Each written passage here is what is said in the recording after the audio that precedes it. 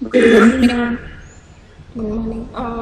Today, as you might have seen on the group, we are having two physics lecture.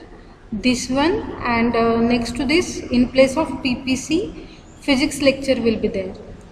So I have two options. That one, like we will continue our lecture, and there will not be any break. But of course, we will leave the meeting some 15 minutes before the given schedule.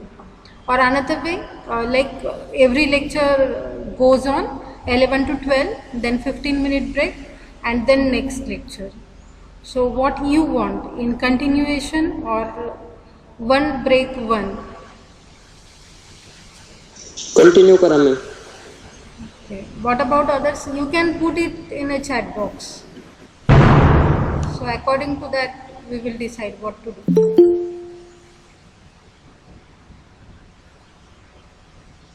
I can't see anybody's response. Break, ma'am. Okay. Okay. We will do like other lectures. Don't worry. Okay. So related to the okay, okay, we will take break, no problem. As you people know that tomorrow there, see most of the students have mentioned that they need a break, so we will take a break after one lecture, okay? So that's final now. Next to this, I would like to ask you people, tomorrow you people know that at 9 there will be engineering physics class test, MSc 1. So are there any queries related to unit 1 and 2? Because that will be the part for tomorrow's MSc. So is there any query related to that content? Ma'am numerical पण येतील का? Numerical will not be there. Okay. Only questions will be based upon a theoretical portion that we have seen. So Okay, ma'am. entire theory portion you have to consider. Unit number 1, unit 2, only theory based questions will be there. No numericals, nothing like that. Okay. But some formula related questions will be there. I don't know exactly because question paper is not set 8. But of course, we will try to have that kind of questions related to formula. But of course, you need not to derive anything. Just you can read the question and you will get the answer if your preparation is 100%. Okay. Of course, easy question paper will be there. Don't worry for that. 15th question असतील ना ma'am. Yeah, 15 questions for 15 marks. And you people have mentioned that you have to attend you want to attend the Python programming, but that program starts at 9:30 and our MSc1 starts at 9 o'clock. Okay, so you are having half an hour with you. So log into the exam sharp at 9. In half an hour you may complete the exam and at 9:30 you can go for the Python programming. Yes ma'am.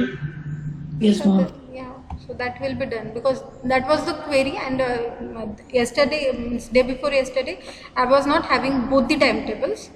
So when I have confirmed, I get to know that you people are having half an hour time to give the MSc 1, and that is more than enough time duration. Okay, so you can attend both the events. Okay, so related to the theory portion that we have started.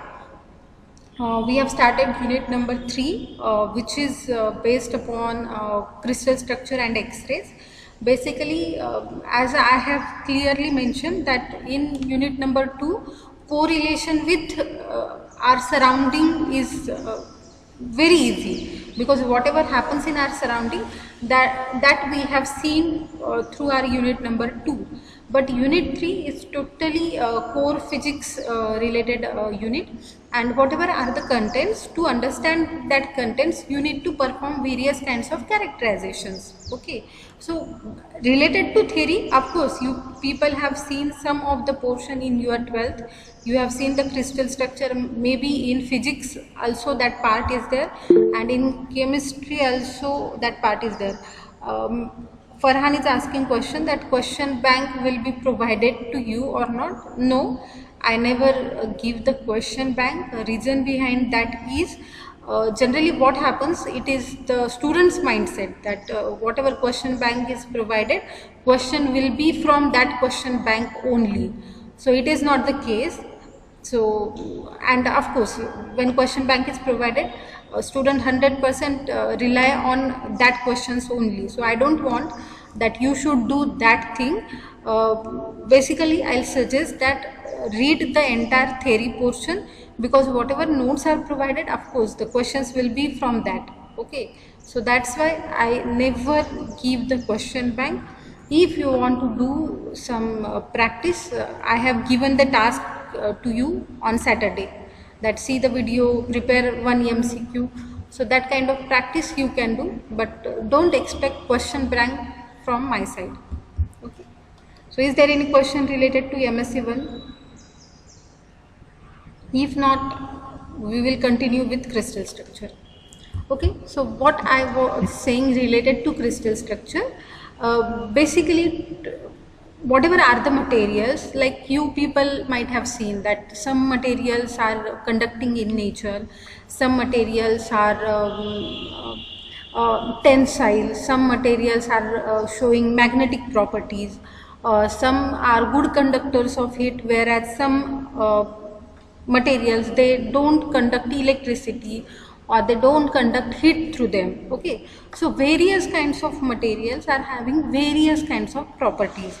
Now basically that properties are dependent upon the internal structure of the material. Okay, and we know whatever are the materials present in the entire world, they made up of some atoms. Okay, so and again in atomic physics plays an important role. What are the constituents, what is their interaction, so like this, that is a different story.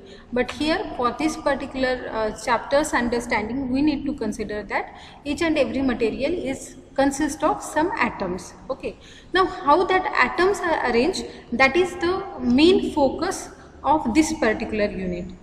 So various kinds of materials, they will possess various kinds of atomic structure. How atomic structures are there, how to study the atomic structures, that is the part that we have started with respect to unit number 3. So who will tell what were the points that we have seen in last lecture? Ma'am, state of matter. States of matter, we have started with states of matter. Next we have seen that whatever are the contents of our unit that are related to solid materials. Okay, so solid is one state of matter, and that solid materials we have to understand through our unit number 3. Okay, next to state of matter, what was the point? Latest point. Lattice point. Okay, next to that we have And seen basis also, ma'am. yes, basis. But before that we have seen that whatever are the solid materials, their study is termed as solid state physics. Okay, so the study of various kinds of solid materials is done under the branch of physics known as solid state physics. Again we have seen that whatever are the solid materials, they are divided into certain categories based upon their atomic arrangement. So one category is monocrystals, or they are termed as single crystals.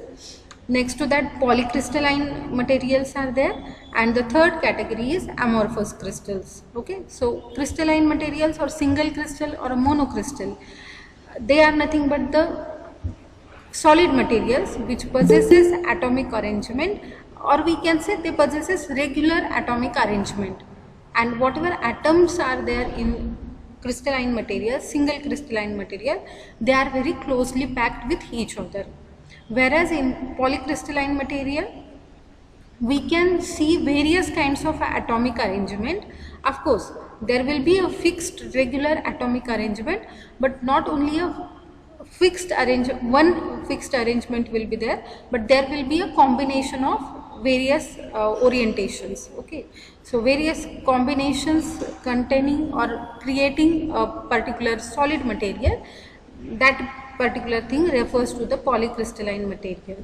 And in amorphous materials, we have seen atoms are not in close proximity with each other, they oriented in various space, or they orient in randomly in the given space. Okay, so now based upon their atomic arrangement, of course they will possess various kinds of properties. If we talk about single crystals, then we have discussed about the quartz material. So what is quartz that we have seen in case of piezoelectric crystals? Excuse me, ma'am. Yes, Ma'am, screen share नहीं I की. have not shared the screen yet. Okay, because this Okay, is the part that we have already discussed, so I have not started the screen sharing. So related to this, and another reason is not sharing the screen right now, because I have seen many of the students, they join late, they join the lecture little bit late. So whenever I started presenting the screen, that creates disturbance for me. So I thought today I'll discuss some part by not sharing the screen, and then I'll go to the screen. Okay. So what I was saying, what was the point? Basically quartz material, yes, quartz material. So quartz material that we know, which is nothing but the piezoelectric crystal. So that quartz material belongs to the category of single crystalline materials. Okay. When we talk about polycrystalline materials, then the example can be given as metals. So most of the metals, basically they are the polycrystalline in nature. And if we talk about the amorphous materials, then most of the we can say glass, rubbers or polymers, they belongs to amorphous category. Okay, so like these three categories we know, crystalline material, polycrystalline and amorphous material. Next to that, we have seen the differences in between crystalline and amorphous material, and next to that, related to crystal structure, one formula I have given, that is nothing but the lattice plus basis is equal to crystal structure. Means in order to form a crystal structure, we need a fixed regular arrangement, and that regular arrangement will be in 3D space. Okay, so whatever are the crystal structures, they are three-dimensional structures. So of course, with respect to any atom, there will be some X position, some Y position and some Z position. Okay, so in 3D arrangement, basically first imaginary points are placed, and that imaginary points, regular arrangement of imaginary points in 3D space, it is termed as a lattice. And when we put actual atom at that lattice, we can get the crystal structure. So actual atom is termed as motif, or it is termed as basis. Okay, so that's why the formula is given, lattice plus basis is equal to crystal structure.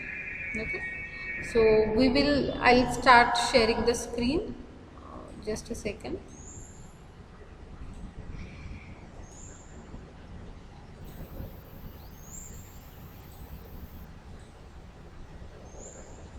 Now in this lecture we have to see certain more points related to crystal structure, and then of course we are going to see how crystal structures are determined.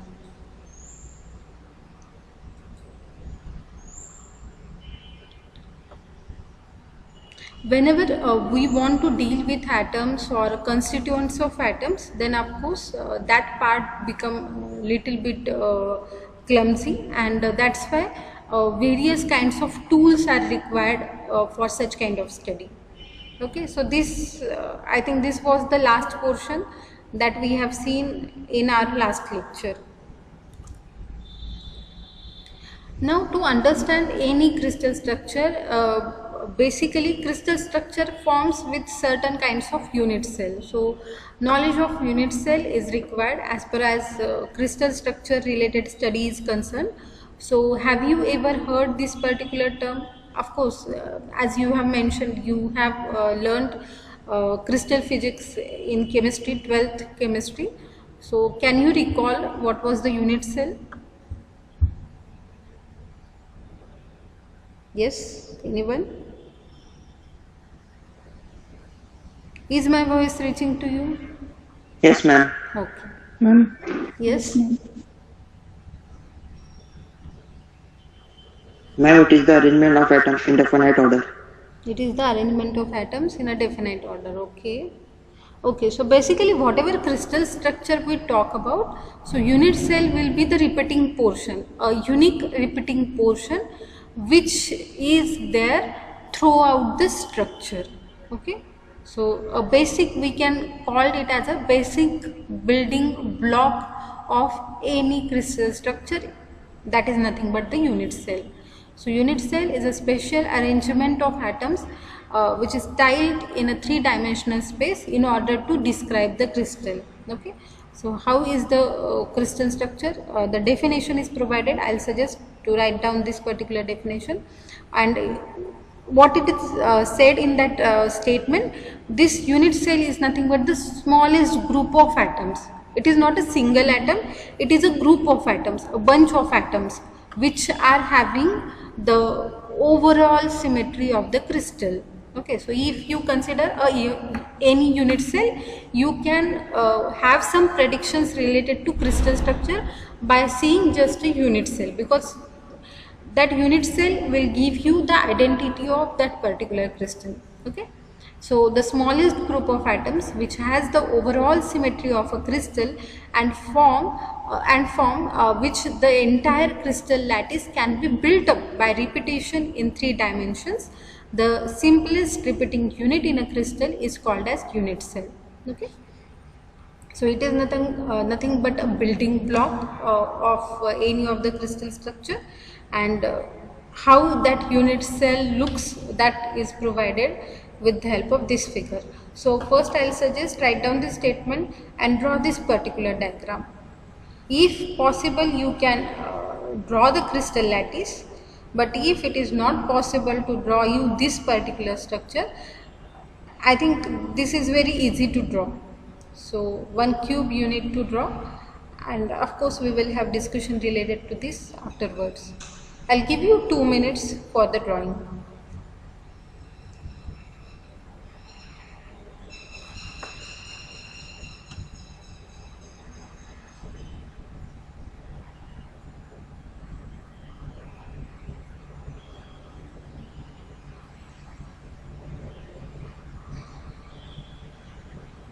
Once you complete, just say done so that I can proceed further.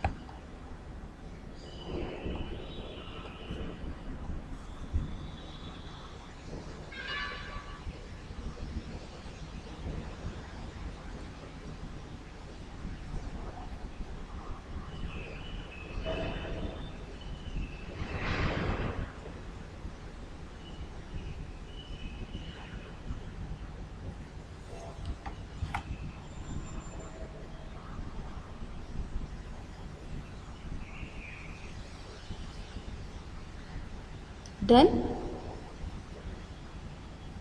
1 minute, ma'am.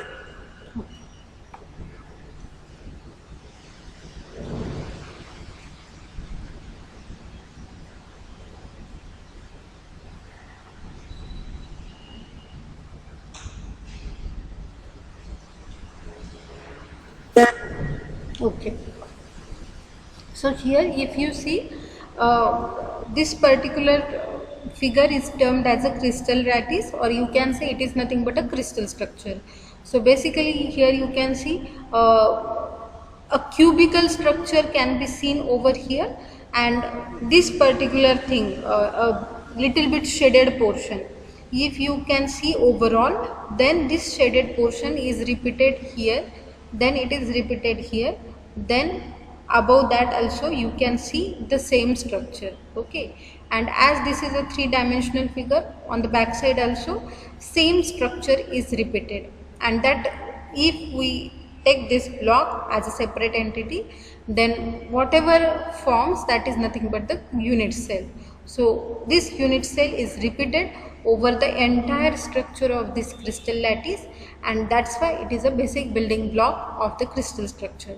Now, in order to understand any unit cell, basically certain parameters are there. As you can see, as we are saying, crystal structure is a three-dimensional entity. Okay, so of course with respect to x-axis it will have some coordination, with z-axis it will have some coordination, with y-axis it will have some coordination.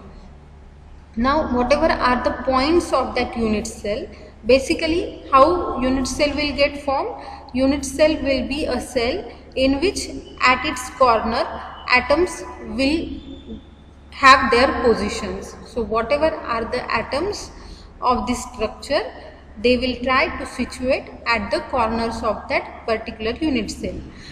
It is not like that only at the corners there will be the atoms, but the corner is one position. So like this, whatever are the atoms, they will be in the unit cell. Now when we talk about unit cell, and as we are saying, it is nothing but a three-dimensional entity. So with respect to x-axis, whatever is the distance from the origin and this point, that distance is termed as a. Okay, so this is nothing but the x-axis related parameter.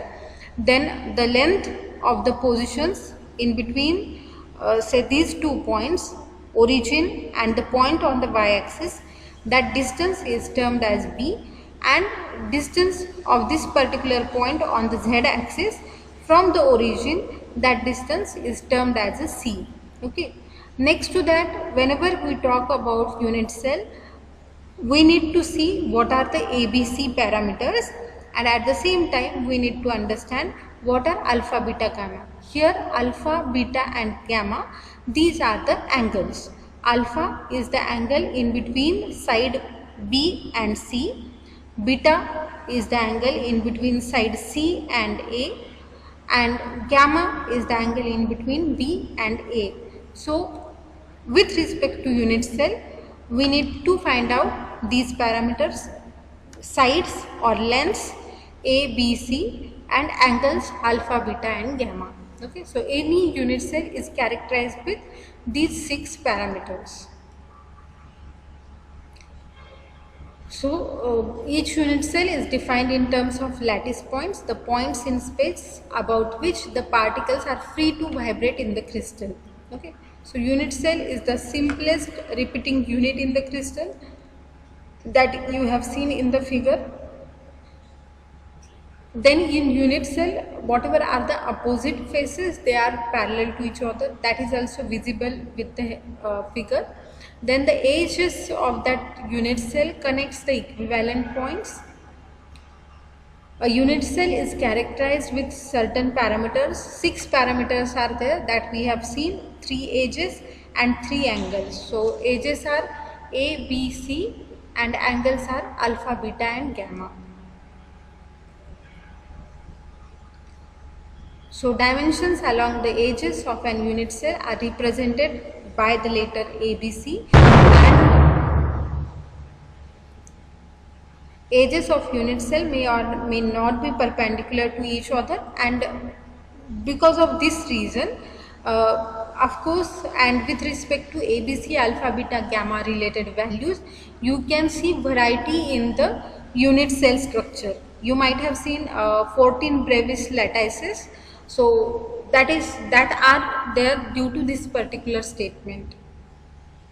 So how are the angles that we have seen? Angle between B and C is nothing but alpha, angle between A and C is beta, and angle between A and B is termed as gamma. Okay.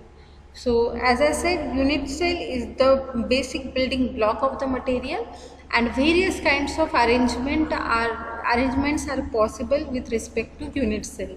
Now these unit cell are divided into certain types. That types you can see on the screen. So basically unit cell are broadly categorized into two parts. One is primitive unit cell, another one is non-primitive unit cell. So on the screen you can see some structures. Near to that it is written primitive cell, and at one position you will see non-primitive cell. So by seeing the figure, can you recognize what is the difference in between primitive cell and non-primitive cell?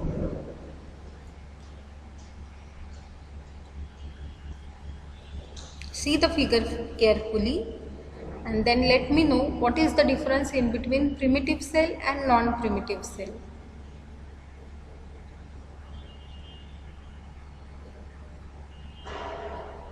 Yes.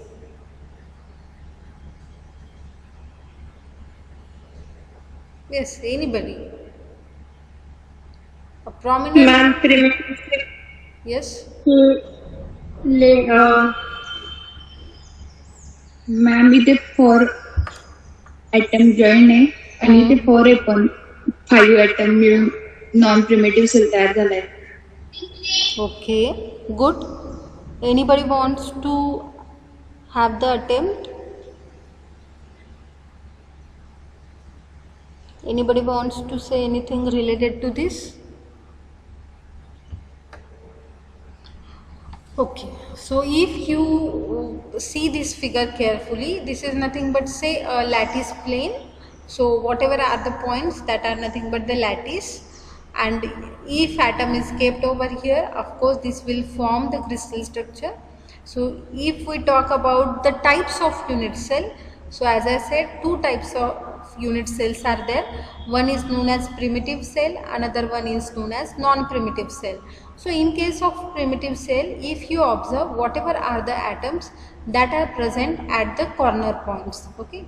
So rectangular kind of shape you can see over here, and all atoms consisting that unit cell, they are at the corners, okay. So in case of primitive unit cell, whatever are the atoms that are there in the unit cell, they will be only at the corners. But if we talk about non-primitive cell, then you will see, of course, atoms are arranged at the corners. At the same time, some atoms are present inside the material or inside the unit cell. So if such kind of structure is there with respect to any crystal, then we can say that that crystal is having non-primitive unit cell, okay. So two types are there, one is primitive, another one is non-primitive. In primitive unit cell, atoms will be there only at the corners. In case of non-primitive unit cell, along with the corners, inside the unit cell you will see certain amount of atoms. I think somebody wants to join. Just a second.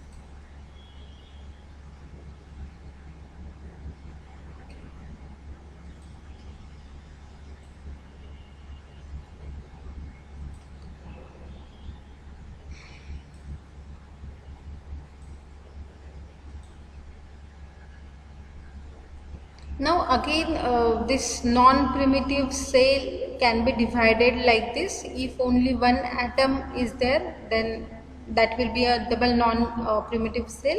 If two atoms are there inside the material, then it forms the triplet, okay. So like this various kinds of arrangement are possible, or it is not like that you will see such kind of structure. A square kind of structure is also possible with respect to unit cell. Now this depends upon how are the atoms present in the particular crystal. So depending upon the atomic arrangement, we can have various kinds of unit cell. Either there will be such kind of structure or such kind of structure which will say the unit cell is a primitive one, or there will be such kind of structure or such where you can say there is non-primitive unit cell structure. Okay, so this is related to unit cell. With respect to any crystal structure, you need to understand how is the unit cell. Now as you have seen, say this is one unit cell, and in that unit cell certain points are there along the x-axis, y-axis and z-axis. So already you people have drawn such kind of diagrams. Now if we talk about the points with respect to this particular cube, then you should know the positions of each and every point. Okay, so if we are saying you want to study the crystal structure, of course you should know how the atoms are arranged in that particular structure. Now as this is a three-dimensional entity, on x-axis where are the points, on y-axis where are the points situated, or on the z-axis where are the atoms situated, that you should know. And that's why certain points we need to learn to understand the crystal structure, that is nothing but the crystal directions and crystal planes. Now I'll suggest at first that draw this particular diagram